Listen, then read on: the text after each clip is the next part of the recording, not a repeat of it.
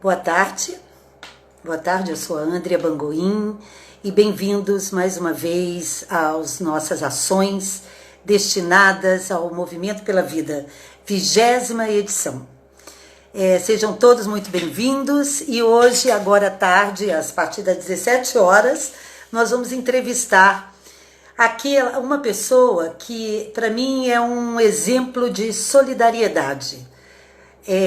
Eu estou falando de uma pessoa que é monsenhor, é pároco da igreja São Miguel Arcanjo, no bairro da Moca, na cidade metropolitana de São Paulo.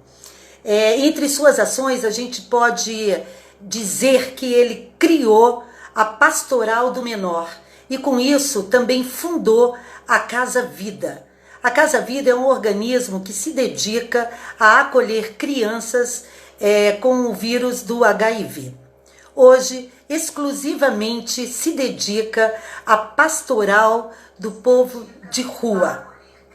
Eu estou falando de uma pessoa maravilhosa que eu vou chamar aqui para conversar com a gente, para ele nos mostrar diretamente essa emoção do seu trabalho e da sua dedicação. Eu estou falando, gente, do padre Júlio Lancelotti, que eu vou agora chamá-lo para vir bater um papo com a gente e através disso, de amor e cristandade. Aguardando o padre Júlio chegar. Chegou. Boa tarde, padre Júlio. Boa tarde a todos que nos acompanham. Seja muito bem-vindo ao 20º Movimento pela Vida.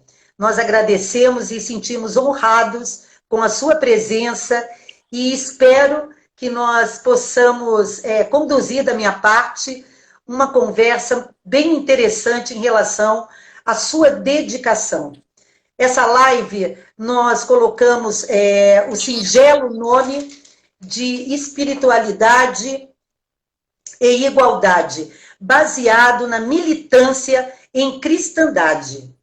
Então, padre Júlio, para a gente iniciar o nosso bate-papo, o senhor poderia, por gentileza, nos dizer como o senhor desenvolve e há quanto tempo o senhor trabalha juntamente com a população em situação de rua e quais são os desafios enfrentados hoje pela pandemia? Então, na verdade, eu sempre repito que eu não trabalho com os moradores de rua, eu convivo com eles. E nessa convivência, tudo acontece. É uma convivência, como toda convivência humana, é desafiadora, é um processo contínuo de aprendizagem, onde eu aprendo, eu ensino, onde os moradores de rua também me ensinam e também aprendem, numa troca constante e numa descoberta, numa construção contínua. Eu estou nessa convivência há pelo menos 35 anos. Eu tenho 35 anos de padre, mas já estava antes da convivência com os moradores de rua. Eu chego a dizer que uns 40 anos de convivência.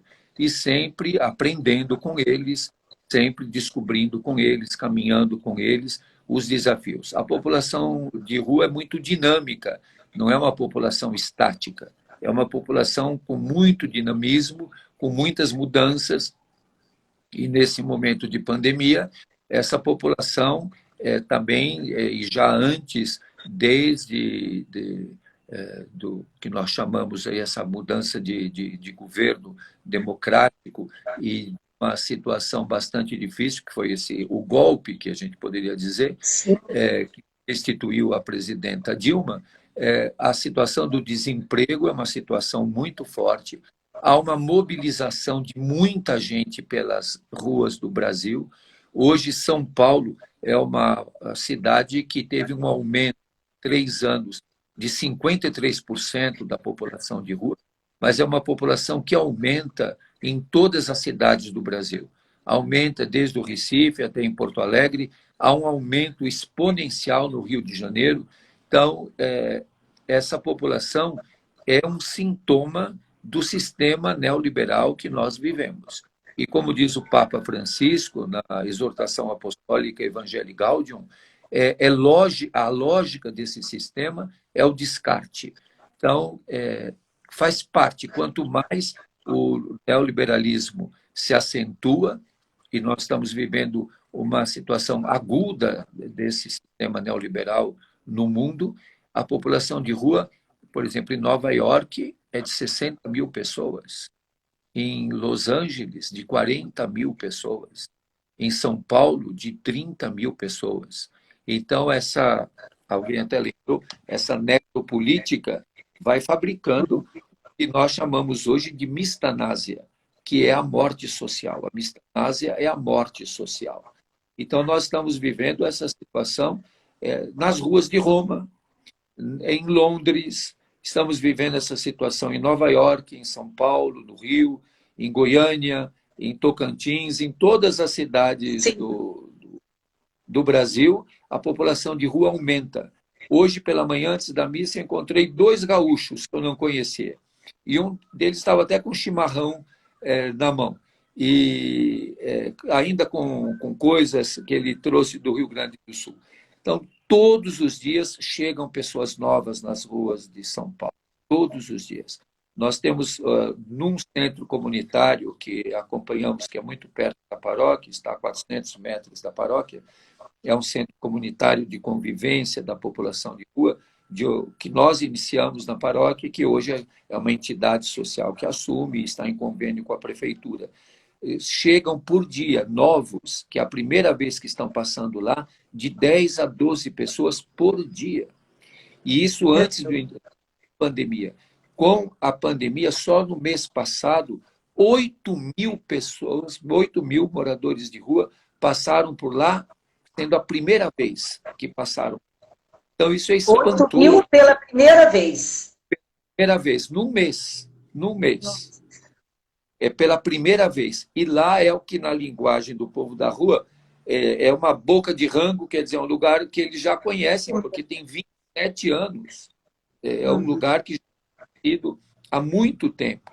Então, as pessoas de rua conhecem muito. Eles almoçam lá.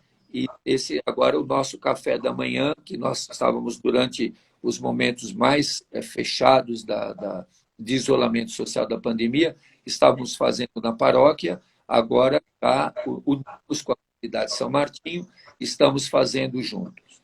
Então, todas as manhãs eu vou para lá, e o nosso principal objetivo é quebrar a incomunicabilidade, é perceber como eles estão.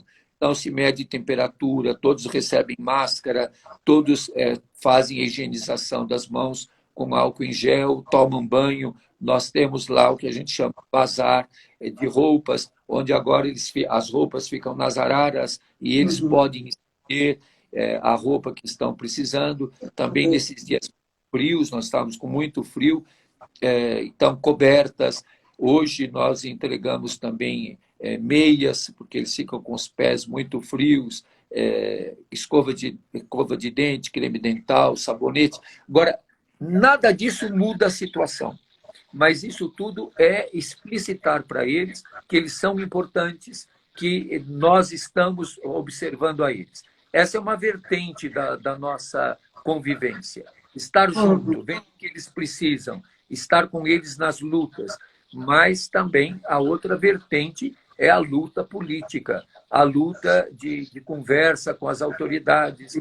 Eu não gosto mais na velhice dessa palavra política pública, mas tem que ser dentro da nomenclatura. Inclusive, eu ia conversar com o senhor exatamente isso, né?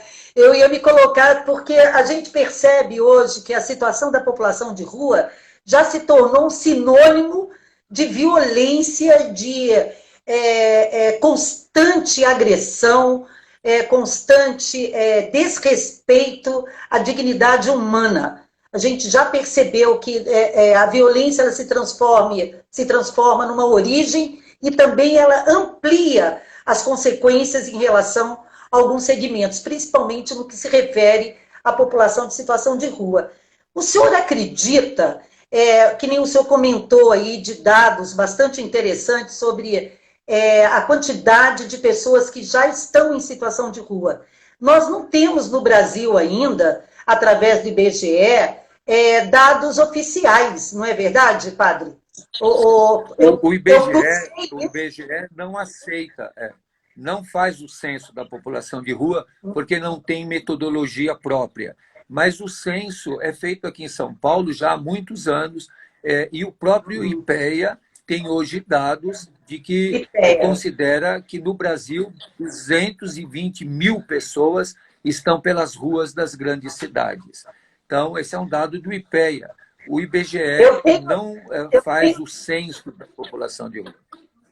Pois é, desculpa. Eu tenho o dado do IBGE de 2016 que me falou que eram 101 mil pessoas, 857. E o senhor já tem o dado atualizado, ou seja, mais de 100 mil pessoas já A estão em mais. situação de rua. E esse é dado do IPEA, não é um dado Do meu. IPEA, O do IPEA, IPEA. o IPEA que coloca hoje 220 mil pessoas vivendo pelas ruas. E isso todos nós que estamos aqui nesse grupo, agora nos acompanhando, sabem que você vê na cidade. Nas cidades, você vê o aumento da população de rua. Com certeza. No Rio de Janeiro, é uma situação alarmante. É como São Paulo, e tanto aqui em São Paulo a situação é tão alarmante que a própria prefeitura considera 25 mil pessoas. Nós sabemos que esse dado está aquém da realidade. Nós trabalhamos com o dado de mais de 30 mil, e agora, aqui em São Paulo, acham que a grande resposta vai ser camping. Estão chamando de camping social. Quer dizer, é um absurdo. 80% da rede hoteleira está ociosa. Nós temos, desde o início da pandemia, lutado para que se utilize a rede hoteleira ociosa para garantir o isolamento social, dignidade, banheiros limpos, banheiros para. Porque não é possível, e isso a Organização Mundial de Saúde já coloca, não é possível ter um vaso sanitário para 100 pessoas. É. É impossível ter um chuveiro para 100, 150 pessoas. Isso é desumano. Então, a grande questão é como humanizar a vida. E essa humanização da vida, na situação que nós vivemos, é uma luta, é um conflito. Porque você vai para uma coisa que é tão óbvia como humanizar a vida e você encontra tanta oposição. Eu estava agora mesmo, antes, falando com um grupo de seminaristas do interior do estado de São Paulo, e eles estavam dizendo o que eu já tive que enfrentar. Olha, eu digo para você, eu estou com 71 anos de idade, com 40 anos de convivência com moradores de rua. Você lembrou das crianças e adolescentes com HIV e AIDS. Eu Sim. estive presente muitas vezes nos cárceres femininos, nos cárceres masculinos, na privação de liberdade de jovens, participei de toda a luta pelo Estatuto da Criança e do Adolescente, e em tudo isso eu já tive que enfrentar tropa de choque, bomba de Sim, gás, bomba de efeito moral, já fui ferido de bomba de gás, já tive que apanhar da polícia, já levei cacetada, já levei cuspidas no rosto da Guarda Civil Metropolitana, tive já que enfrentar muitas vezes a tropa de choque, ter que correr com o povo da rua para não ser agredido, já tive que passar por ameaça de morte, por tantas situações, as mais desafiadoras. Então, a vida desse povo não é fácil. A vida desse povo é uma vida difícil. É uma sobrevivência contínua, permanente. Então, até nesses últimos tempos, eu tenho dito que tenho desenvolvido muito a pedagogia do olhar, de ter como que uma senha para conviver com os moradores de rua é o olhar. E agora que a gente fala para todos usarem as máscaras, eu tenho que aprender a ler os olhos deles. A alegria, a tristeza, a raiva, a indignação, a busca. E uma coisa que eu tenho repetido muito, o morador de rua não é nem um anjo, nem um demônio, é uma pessoa, Sim. como É um todas as ser humano. pessoas. É um ser É humano, um né, ser padre? humano. E um Um ser ser humano que humano está desumanizado. desumanizado. Você imagine, você não tem um banheiro para usar. Você precisar ir ao sanitário e não ter uma cama para deitar, não ter uma comida para se alimentar, não ter um remédio. Eu encontro muitas vezes o morador de rua com dor, sofrendo. Eu tenho muito horror a ver pessoas com dor nos dentes. E uma Uhum. dor que é muito lacinante. E eles pedindo, padre, faz alguma coisa. Quantas vezes eu ouvi nesses dias frios, em São Paulo fez muito frio, está prometendo agora novamente muito frio em setembro, a pessoa dizer logo de manhã, eu não dormi, eu passei frio a noite toda. Você ter que encontrar, talvez aí onde vocês estejam, e alguns são lugares mais quentes, mas aqui em São Paulo as pessoas têm início de hipotermia. Então, Sim. nós temos que estar muito prontos e atentos. Quantos eu tenho encontrado com início de hipotermia? Então, a gente tem que aquecer as pessoas, aquecer as extremidades, dar bebida quente, reanimar a pessoa. Então, os desafios são imensos. E não só no sentido de solidariedade imediata. Ontem, hoje, nós estávamos entregando para os moradores de rua sabonete. Eles ficam encantados de ver um sabonete inteiro. E alguns falam para mim, me dá esse aqui que é colorido, me dá aquele ali que é não sei o quê. Então, meias, para que eles aqueçam os pés. Mas nós temos que buscar que a solidariedade, isso eu tenho repetido muito, não é uma dimensão religiosa. A solidariedade é uma dimensão humana, porque os Humano. ateus também são solidários. Os que não têm Sim. religião também são solidários. Senão a gente fica achando que só quem é religioso. E no Brasil hoje, nós estamos vendo que o discurso religioso, às vezes, é um discurso de ódio. E é um discurso de desumanização e de condenação. Usar o discurso religioso para condenar os outros, isso é inaceitável.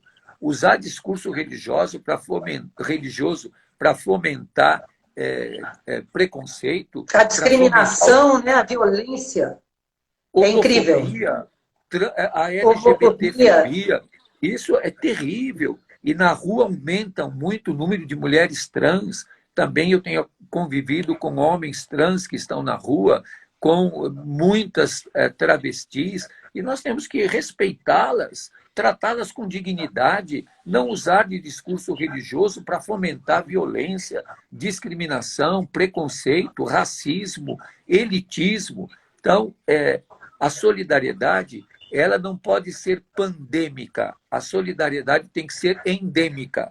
Ela tem que entrar na estrutura social, na economia, na política de moradia, nas políticas econômicas, na renda mínima para A todos. transversalidade de todos os segmentos sociais e econômicos que a gente tem no nosso país.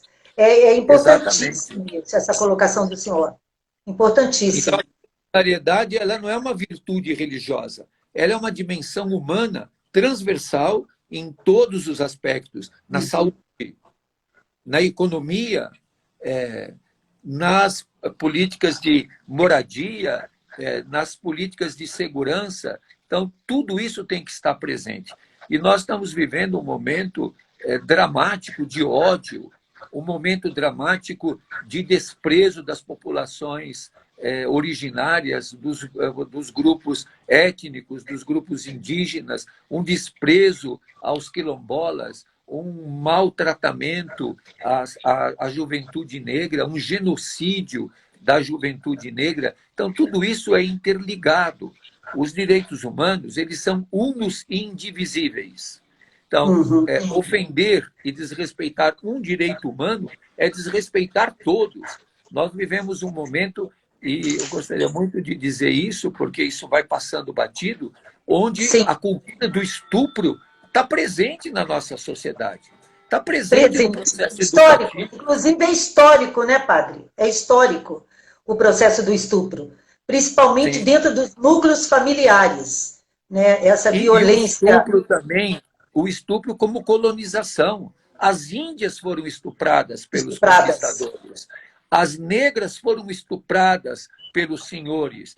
Basta ler Gilberto Freire, Casa Sim, Grande Senzala, de ver como que os senhores brancos utilizavam e estupravam as mulheres as negras. negras, as escravas, como que as índias, as mulheres indígenas foram tratadas. Então, eu acho que é um momento dramático de enfrentamento à cultura do estupro que está presente na nossa estrutura educacional. Hum. A misoginia que está presente na nossa sociedade. Então, eu não sei se vocês conhecem um filósofo argentino, mas que vive no México, o Henrique Dussel. Ele trata muito dessa questão do feminicídio e do que ele chama uroxídio, que é a morte da mulher. A forma como se trata a mulher e uma cultura do estupro, realmente. E isso está presente nas rodas, nas conversas. E há lugares no Brasil, até esses dias, quando houve esse caso da menina, da criança lá do Espírito Sim, Santo, de sim. 10 anos, eu lembrei muito na literatura brasileira, porque você pode estudar a cultura do estupro na literatura brasileira. Se você pega o Jorge Amado e Jorge pega Amado, a Teresa Batista Cansada de Guerra, Saga de você Guerra. vai ver o Coronel Justo, que andava com colar de argolinhas no colar, e cada argolinha era uma menina que ele tinha estuprado. É um personagem da literatura brasileira. E ele se orgulhava de andar publicamente com aquele colar, o Coronel Justiniano, ou chamado Coronel Justo, que violentou a Teresa Batista Cansada de Guerra, que foi vendida para ele como escrava sexual pela avó. Isso está na literatura brasileira. E se chega na literatura, a literatura está espelhando, refletindo a A realidade realidade. A que o realidade, nosso povo exatamente. vive. Que o nosso povo vive. E é esse sistema que a gente precisa. Na verdade, eu tenho uma bandeira muito grande em relação à violência contra a mulher, ao processo do estupro. Eu, particularmente, já tenho muito próximo a mim o processo da violência sexual. E isso, para mim, é uma questão de luta. Na verdade, é de luta mesmo, porque esse processo de consciência, padre, como que a gente pode levar. Nós estamos em pleno século XXI e a gente está revivendo o processo histórico do nosso país, o descobrimento do nosso país, e até hoje a gente continua enfrentando essa violência exacerbada e sem controle social nenhum. Qual é a sua ideia para que a gente pudesse nos unirmos cada vez mais? Por isso que o senhor falou que não gosta muito da palavra políticas públicas, né? E a minha pergunta era exatamente essa: as políticas públicas, elas colaborariam conosco desde que elas saíssem do papel e fossem realmente cumpridas? E que também essas políticas públicas revelassem a questão orçamentária. Muitas vezes a política pública para a mulher, para o negro, para o índio, para o pobre, para o morador de rua, é o que sobra. O grosso do dinheiro vai para os bancos. Você vê os lucros do sistema bancário, dos bancos, de bilhões, de trilhões.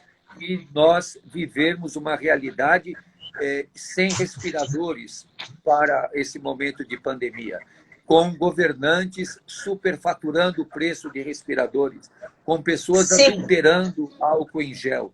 Então, essas coisas são dramáticas na vida do nosso povo. Estamos com o Pantanal em chamas, com a fauna e a flora ameaçadas. Cerrado, nosso Cerrado, a Amazônia.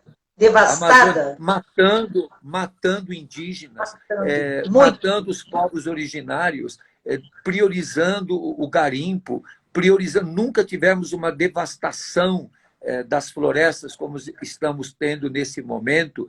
Então, nós estamos vivendo um momento dramático. Que políticas públicas pode se esperar quando a ministra de Direitos Humanos emite uma ordem de que chegar uma mulher solicitando aborto é para avisar a polícia? Avisar a polícia. Tem que avisar a assistência social, A a social. psicologia, tem que imediatamente proteger essa Acolher, mulher, acolher,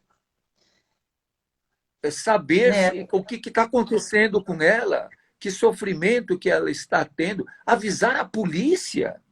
Então, quer dizer, quando a própria ministra da Família, da Mulher e dos Direitos Humanos propõe avisar a polícia, então nós estamos vivendo uma inversão completamente de valores. Se eu me deparo, eu vivi já muitas vezes essa situação de mulheres, mesmo moradoras de rua ou perto, porque é interessante, as mulheres moradoras de rua nunca pensam em abortar os filhos, mas em algumas que eu tive contato, você precisa socorrer. Eu lembro de ter dito para uma na porta da igreja, você tenha os filhos, eram gêmeos, eles são não só teus, eles são nossos. Nós temos que cuidar. Eu lembro muito nas nossas comunidades de base a reflexão dos clubes de mães, porque as mulheres sempre são as melhores e maiores lutadoras na luta social, na luta do povo. São nossos filhos, são filhos da comunidade, são filhos do povo, são filhos de todos nós. Nós temos que cuidar de todas as crianças, não abandonar, como os povos indígenas não abandonam as crianças.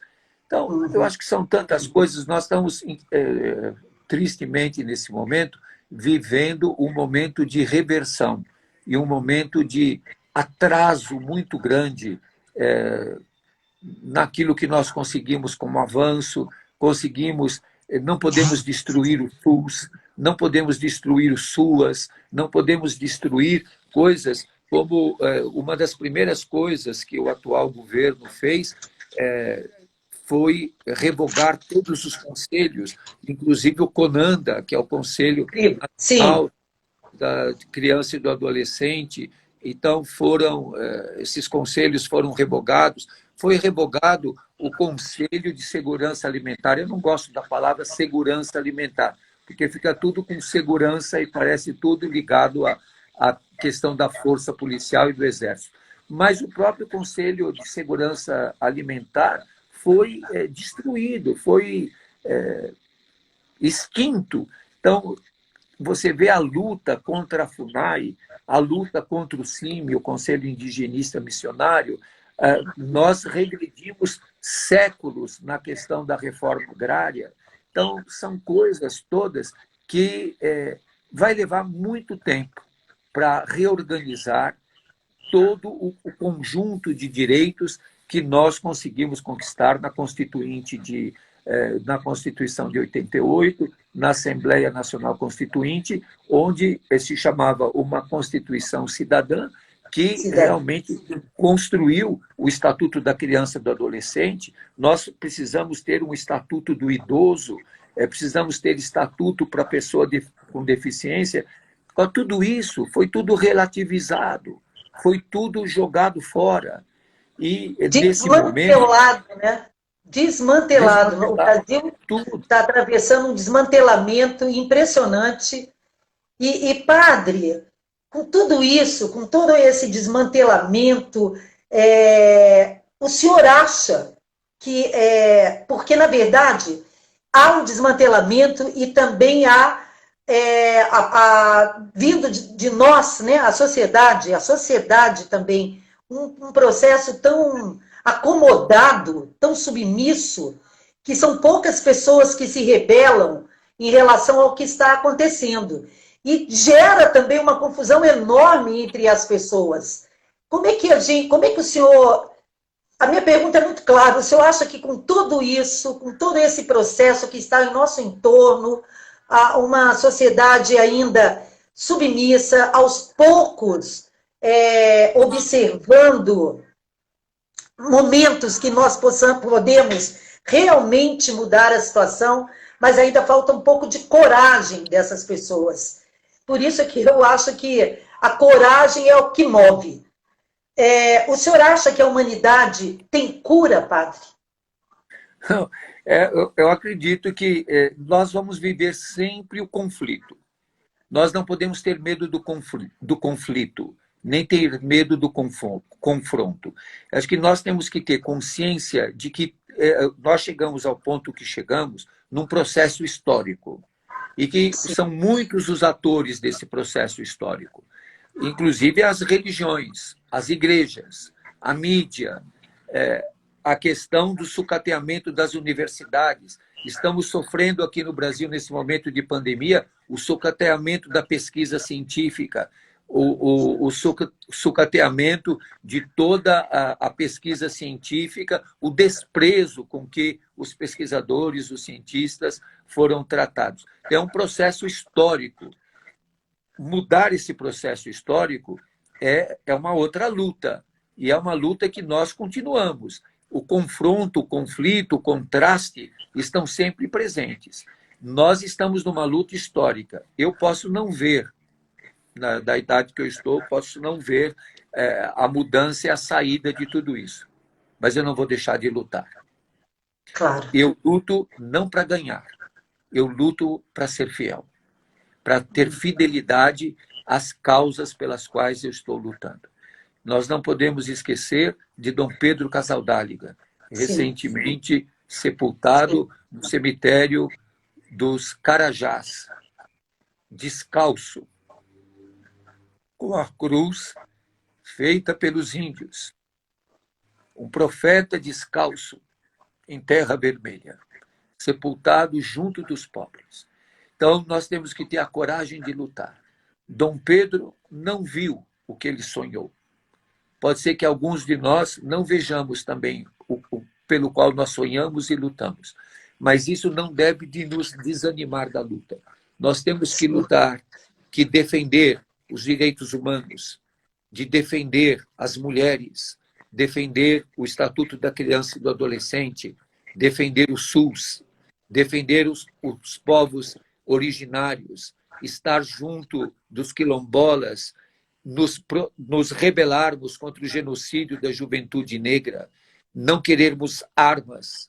Nós não queremos armas, queremos amor. O amor não é um sentimento, o amor é uma decisão. E o amor se faz presente na partilha, no compromisso, nas condições de vida digna para todos. Superar a gravidade do desemprego, da fome, da miséria que atingem o nosso povo. Esse auxílio emergencial que alguns conseguiram, mas milhões não conseguiram acessar. Muita gente da população de rua não conseguiu acessar esse auxílio emergencial. Isso teria que ser transformado numa renda mínima, que é uma lei já aprovada e que nunca foi regulamentada. E o povo tem que ver que isso é um direito, isso não é um favor. E fica achando que é o presidente que está dando um auxílio emergencial, e aí a popularidade dele dispara, e ele mesmo percebeu que isso aí é uma forma boa de enganar o povo. Então, não é enganar o povo. Nós temos que ser transparentes. O povo tem direito a ter uma vida digna, a ter escolas públicas com qualidade, a não ter pressa agora de superar esse isolamento social. Não é hora de abrir as escolas, é hora de nós apoiarmos os grupos familiares, defendermos todos os grupos que são considerados minoritários. Não podemos esquecer de todo o grupo LGBTQIA+, lutarmos contra a misoginia, a homofobia, a transfobia, a toda a LGBTfobia. Então, acho que o grande processo pedagógico é de desconstrução dos preconceitos, desconstrução da lógica da acumulação desconstrução de toda essa lógica positivista que, desde a República Brasileira, entrou na nossa educação. A nossa educação, eu lembro muito bem disso, nos meus estudos sobre educação, a influência do positivismo na educação brasileira. Inclusive, o dístico que está na bandeira brasileira, Ordem e Progresso, é um dístico positivista. Positivista. A herança do Augusto Comte. Então, nós temos que humanizar. O grande horizonte para o Brasil é a humanização da vida. Uma escola mais humana, grupos familiares mais humanizados, convivência mais humanizada. E tudo isso tem consequências. Auxílio emergencial para todos, condições de vida para todos, lutar contra todo tipo... Né, padre? Dignidade humana, dignidade. Dignidade humana. Então, isso tudo tem que estar presente. Agora, esses dias saíram estudos de que as escolas públicas não têm banheiros suficientes para as crianças e para os adolescentes. Não tem banheiro. Às vezes, a maioria não tem nem carteira, não tem nem a mesa e nem a cadeira para as crianças poderem assistir aulas. A gente tem esse problema nas escolas brasileiras. Não estou falando de escola de capitais, estou falando de escolas brasileiras, né? Porque a gente tem essa diferenciação muito grande regional, bastante grande, né? E a gente percebe. Eu, outro dia, estava assistindo um documentário sobre a educação de professoras que moram a quilômetros das suas escolas, pegam ônibus, barco, para chegar numa escola que não é uma escola, é uma sala que elas pegaram para dar aula para os seus alunos. E você vê que há exemplos internacionais, o quanto a Coreia investiu na educação e quanto isso trouxe uma mudança para a vida do povo. Você vê no Japão, é interessante que a Casa Imperial do Japão, as únicas pessoas para quem que não tem que se inclinar diante do imperador, que é o imperador que se inclina, são os professores. São os professores. Então, todos nós... Os mestres, são chamados de mestres. Mestre. Uma valorização, não tem estrutura. Os educadores não têm como acolher as crianças não têm nem o que comer, não tem como aprender. Esses dias, acho que essa semana estamos celebrando a morte do Jean Piaget. Uma das coisas que me impressiona muito na epistemologia genética é perceber como nós desconhecemos tudo isso. E houve um tempo, não sei se você viu isso, ou chegou a ver, era uma moda no Brasil estudar o Piaget. Sim, eu... As escolas piagetianas faziam muito sucesso, né? É interessante que o Piaget, na sua questão da epistemologia genética, e quem estudou muito no Brasil foi o Lauro de Oliveira Lima, e ele dizia que a maior parte dos brasileiros não passam da segunda fase do pensamento, que é o simbólico intuitivo. E não chegamos ao pensamento, ao nível de desenvolvimento do pensamento complexo, do pensamento operacional, ou como chama o Piaget, de pensamento reversível. Então, nós estamos vivendo o fundamentalismo, e o fundamentalismo não só religioso, o fundamentalismo em geral. É o que hoje a gente vê no Brasil. O que é o pensamento simbólico intuitivo? Está de camiseta vermelha? É comunista. Fala de... é comunista. Fala disso aí, é teologia da libertação. Fala disso aí, é subversivo. Então, hoje, se você discordar, você já é comunista. Né? Hoje já está assim. Se não concordar com o que tem, já é comunista. Então, a gente vive essa ditadura de um pensamento simbólico intuitivo, de um pensamento mágico. Nunca isso se estuda hoje no mundo todo. Nós nunca tivemos um desenvolvimento tecnológico tão grande. Nós estamos nos falando e nos vendo a quantos quilômetros de distância? Uhum. Eu não sei quantos Nós quilômetros eu estamos estou em São de... Paulo, eu tô no norte, o Tocantins é norte, é considerada região norte. Eu acho que, de estrada, eu acho que uns 2.000, 3.000 quilômetros por aí, porque daqui até Brasília, 1.000 quilômetros. E Brasília, nós, São Paulo, é, mais 1.000 e alguma coisinha, é por aí. então, Acho que uns e 2.500 nós estamos nos quilômetros. vendo como se nós estivéssemos numa mesma Do sala. lado, Quer dizer, o desenvolvimento tecnológico altíssimo. E, ao mesmo alto. tempo, nós vivemos um momento do pensamento mágico muito forte e de Uhum. um fundamentalismo intelectual. Nós estamos vivendo uma infantilização da nossa reflexão, uma infantilização, alguns dizem porque o pensamento infantil é bonito também, mas o adulto não pode ter o pensamento infantilizado, não o pensamento infantil, porque nós sempre vamos guardar dentro de nós a criança que nós somos, fomos e A seremos. pureza, né? O infantil, quando fala infantil, a O pureza, a inocência. Todos nós carregamos as imagens da nossa infância, Sim, os sinais da nossa infância, mas não essa infantilização ou uma imbecilização de que nós não somos capazes adorei.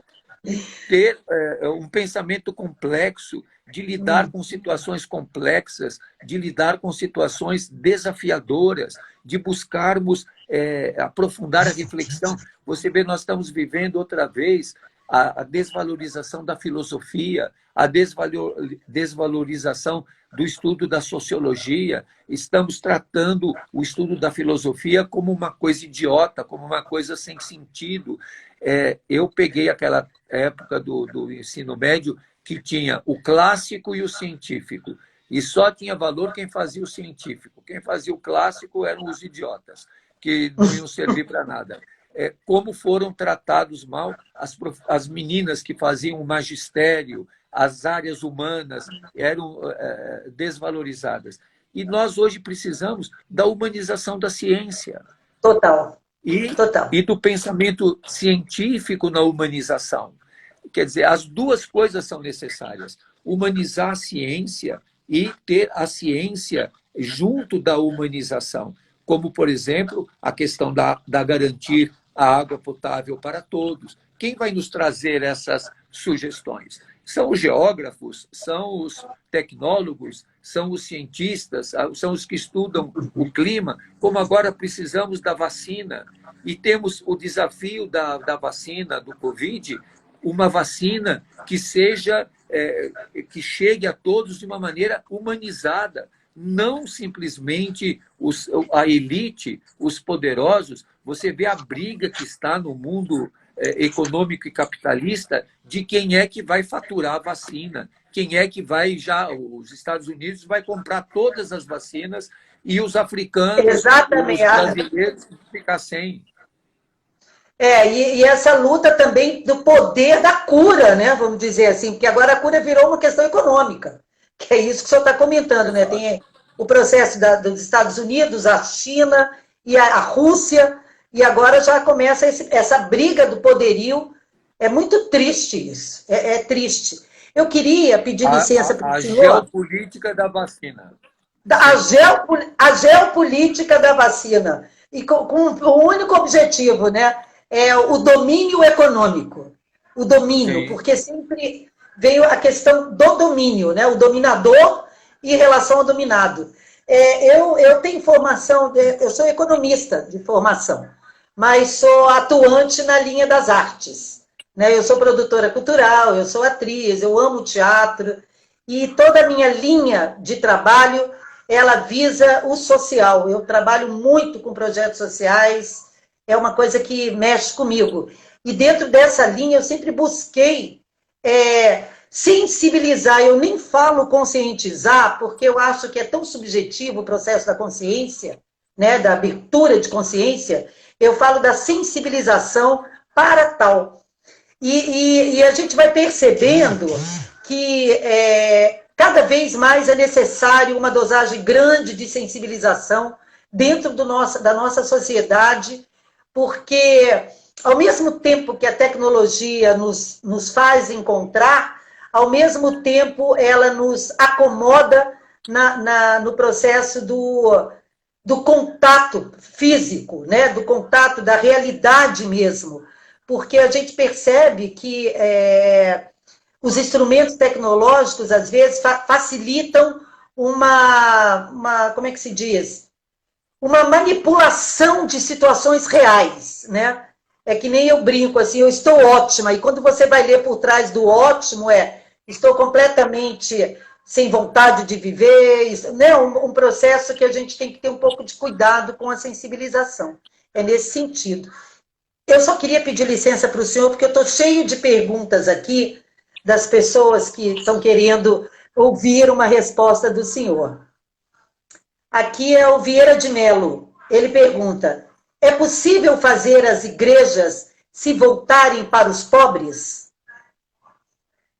Olha, o próprio Papa Emérito Bento XVI, quando abriu a Conferência Episcopal Latino-Americana de Aparecida, e o documento de Aparecida, ele é norteador da ação pastoral da Igreja na América Latina, ele coloca que a opção pelos pobres é intrínseca à cristologia. Então, não há possibilidade de você se dizer seguidor de Cristo ou cristão sem ter como prioridade da sua ação pastoral os empobrecidos e aqueles que estão descartados, como diz o Papa Francisco. Então, a igreja, e o Dom Pedro Casaldálica dizia isso com todas as letras, a igreja ou a religião cristã que não é voltada para os pobres não é seguidora de Jesus. Agora eu vou juntar duas perguntas aqui que eu acho que dá para a gente fazer isso. É da Conovelo Brito e da Dalva Silva. O Conovelo pergunta: falta um diálogo de amor, padre? E a Dalva complementa: que palavras, como é que nós poderíamos realmente fazer para mudar essa situação junto aos oprimidos? Precisamos de uma atitude coerente para dar dignidade a essas pessoas. Como, padre, o senhor sugeriria esse processo? Tem muitas dicas. Uma delas nós estamos chamando nesse momento a economia de Clara e Francisco. O Papa Francisco adiou esse encontro que vai acontecer em Paris com os jovens economistas do mundo todo para pensar a economia de Clara e Francisco. Então, uma economia onde haja equidade, onde haja condições de vida digna para todos. Então, eu não acredito muito na humanização do capitalismo. O capitalismo só, ele é desumano. Você que é economista, embora tenha atividades em muitas áreas, você sabe que é próprio do capitalismo apropriar-se de todo o discurso de humanização e de fazer os seus malabarismos, onde você vê o que é a nossa bolsa de valores, o que a economia faz para dominar o mundo. E hoje nós não podemos esquecer, e aqui tem muitos universitários, a questão dos algoritmos. Hoje nós somos governados e modelados pelos algoritmos. Todos nós que usamos a rede social sabemos que os algoritmos são fabricados pelas nossas ações e os algoritmos também controlam as nossas ações. Hoje, as redes sociais, essas todas que nós usamos para conversar, elas vão construindo os algoritmos. Hoje, o nosso comportamento é bastante direcionado por toda essa questão dos algoritmos. Acho que essa é uma questão que nós precisamos estudar mais, conhecer mais, para ver como é que os algoritmos governam o mundo e governam o nosso comportamento. O neoliberalismo, você que é economista sabe bem disso, ele não é só um sistema econômico, ele é um sistema cultural, ele é um sistema psicológico, ele entra em nós, hoje faz parte da nossa vida a meritocracia, e quanto se fala da meritocracia. Então nós precisamos, essas mudanças vêm por resistir, por ter espírito crítico, por entender o mundo que nós vivemos. Nós muitas vezes não entendemos esse nosso mundo, não entendemos como somos governados, dirigidos e fabricados, como nós fabricamos aqueles que nos fabricam e como somos devorados por aquele que criamos. Então, nós temos que ter espírito crítico, resistência, ter um pensamento que seja capaz de ser analítico, que seja crítico, que faça... E nós temos que fazer escolhas. Temos que fazer escolhas. Temos que exercer a liberdade que nós temos que conquistar duramente. Não é fácil ser livre, não é fácil ser livre. A liberdade é um grande desafio do comportamento humano. Eu vi uma matéria, uma reportagem do senhor que me chamou muita atenção exatamente sobre esse ponto que o senhor colocou agora, onde o senhor fala que liberdade sem escolha não é liberdade. Né? E é onde também, voltando ao nosso foco, primeiro, em relação à população em situação de rua. Eles não têm escolhas, então não são livres. Eu ouvi o senhor dizer isso e eu fiquei apaixonada. Uma coisa simples, outro dia eu tinha posto várias camisetas e pares de meia de diferentes cores, e me choca muito quando aí as pessoas dizem para eles passarem depressa para não aglomerar, e dizem